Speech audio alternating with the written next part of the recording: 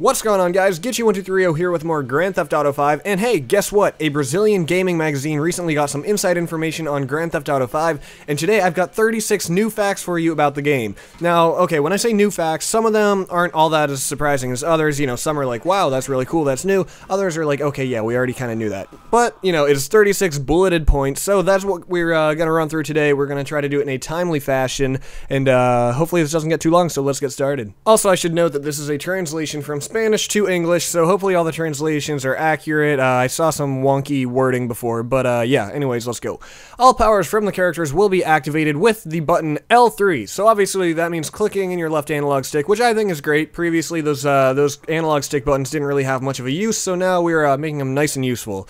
As we know, Michael will have a bullet time as Max Payne, which can be very useful in firefights. So, you know, that's kind of what they're comparing it to, and it's kind of what a lot of people have suspected. That's going to be Michael's special ability. The whole idea between Franklin's slow motion driving is that we use it when we want to make a turn that would be too sharp to make otherwise, and also to pull off a risky maneuver. So, okay, we kind of knew that.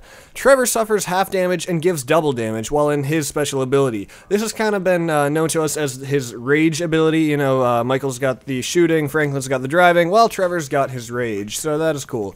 Also, Trevor coexists with drug addicts and bikers, like the Lost Motorcycle Gang from GTA 4. Also, Franklin's home is in southern Los Santos, so Trevor kinda, I don't know if that means he necessarily gets along with them, but he coexists with them, meaning he mingles amongst them. We don't really know his affiliation with them or anything, or if there will be any affiliation at all for that matter. But moving on, this one might be a tiny bit of a spoiler, so if you are wary of those, then I don't know, maybe just stop watching or skip ahead 30 seconds, but here we go. Michael did not start the game living in a mansion, but a hotel. The Hotel von Krastenberg, because he is in the FIB protection program. So, obviously, you know, that's a play on the FBI and everything, and when you witness a crime or something like that and they feel like they need to protect you, they of course put you in the protection program. So he's not living at home at the start of the game, but basically he's being kept safe living in a hotel. So that's interesting.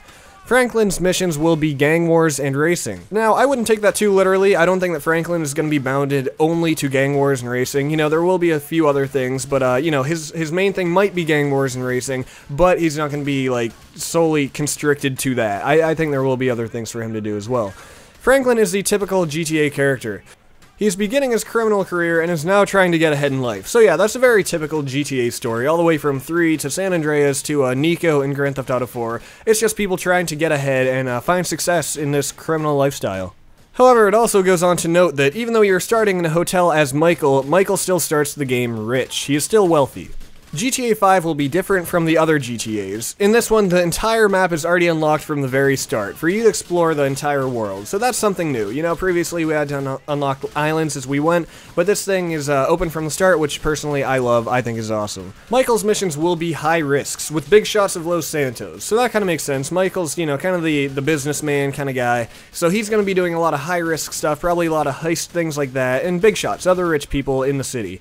The heists are not part of the core gameplay story. That part doesn't really totally make sense to me. I don't understand how a heist couldn't be part of the main gameplay story. Keep in mind this is translated from Spanish, so some meaning could have been lost along the way. We're not too sure about that one. This next bit is kind of interesting. Michael was the first protagonist planned for Grand Theft Auto 5, and is considered the family father. So that kind of makes sense to me. You know, they were going for something different that they hadn't really done with any previous Grand Theft Autos. They were going for a middle-aged man, kind of, you know, with a different story than what we were used to.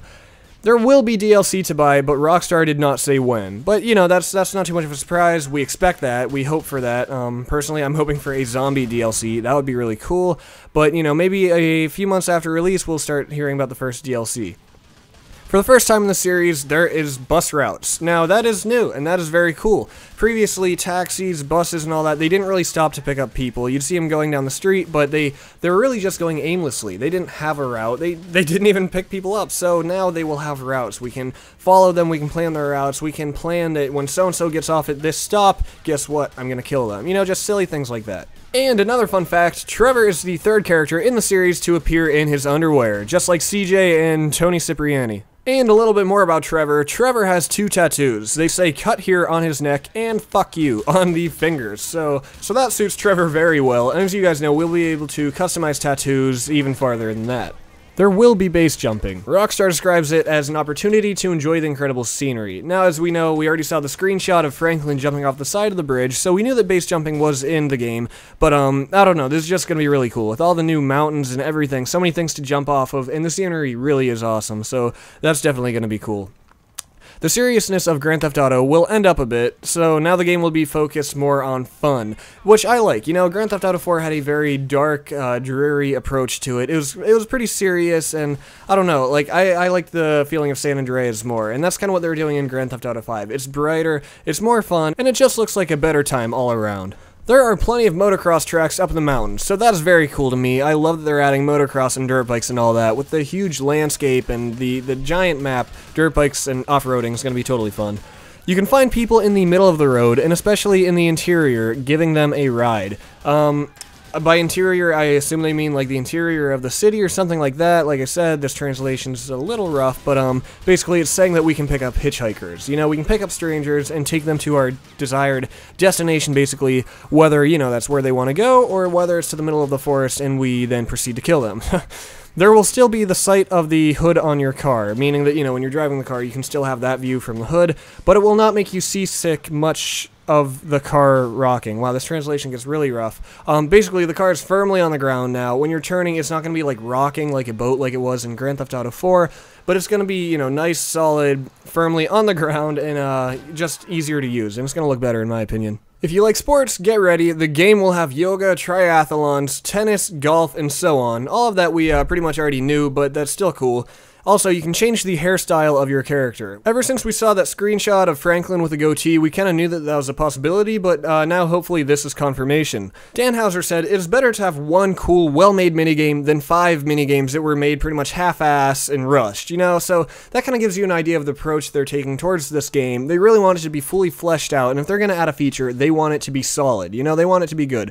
Rather than adding a whole bunch of, you know, just shit half-ass minigames, they want to add a few that are really just done extremely well, which personally I think is awesome, and I totally respect that. Moving on, in the game there will be a social network where you can watch videos and things like that, so that's interesting. Will this be kind of like a Twitter, Facebook, MySpace kind of thing, or maybe like even a YouTube kind of thing where you can take videos with your phone and upload them to the social club? It's really, it's going to be interesting to see what they do with this. And now here, just another little fun fact. According to Rockstar, the look of Franklin was the one who changed the most since the beginning of game development. So he changed more than Michael and Trevor. And note that that says since development, not since trailer 1. So that means development when they started this game like 5 years ago or whatever. So he's the one who's changed the most. So that's interesting. And now a little bit about Franklin and Lamar. Franklin has no family and no money. So that's not too much of a surprise. We could kind of, you know, see that from the screenshots so far. And also Lamar is his colleague and a member of Grove Street, which also isn't too much of a surprise because we've both seen Franklin and Lamar wearing green, which is like the gang color for Grove Street. So nothing too groundbreaking there, but another little glimpse into what to expect. Alright, now getting close to the end here, the weapon customization is vast. There are many ways to customize. You can put on silencers, you can put on holographic sights, extended mags, even more. So there's a lot to the weapon customization. That is going to be very cool. Also, the sights are very similar to those in Max Payne 3, with the normal white reticle, and when you target an enemy, the reticle turns red. And when you shoot the enemy, it makes an X. So I don't know if it, like by an X it means like a hit marker, like in Halo or Call of Duty, or what it means by that. I didn't play too much of Max Payne 3, but either way, it sounds cool. I like the targeting system and all that, and it sounds like it's going to be the best to date. There are 3 different modes for locking onto targets, and those are the traditional soft lock, which is, you know, you can kind of look around freely, and then once you get close to somebody, it'll lock onto them. Then there's free aim, and then there's without any help, the hard lock. Now, I'm assuming the hard lock is, you know, as soon as you press the aim button, whatever that's going to be, that it'll just snap to the nearest person and stay locked on them until you know, press it again to switch to somebody else. The personalization of cars will be giant. Not like Grand Theft Auto San Andreas, where you can only change a few things, but you can customize paintings, wheels, grills, spoilers, improve the suspension, improve the engine, tune everything, even the brakes on your vehicle. So this is going to be really awesome. I can't wait to just take a crap car and, you know, totally pimp it out, or vice versa. Just take a sports car and make it just totally, like, weird and drive it out in the desert. I don't even know. I'm going to have a ball with this. And lastly is 2 tips from Rockstar. Tip number 1, if your plan is to steal a plane, go with Trevor. He is the best pilot. And tip 2, want to escape from the crazy city? Go to Franklin, he is the best driver. So there you have it, guys. That was 36 bulleted points that we just ran through. Some were more surprising than others, some were more new than others, but for the most part, that is a nice bit of good information. So please, guys, as always, tell me in the comments below what part of this was your favorite. What are you looking forward to most, or what in this bit kind of disappointed you? I'd love to know what you think. So as always, thank you guys for watching, and I will see you next time.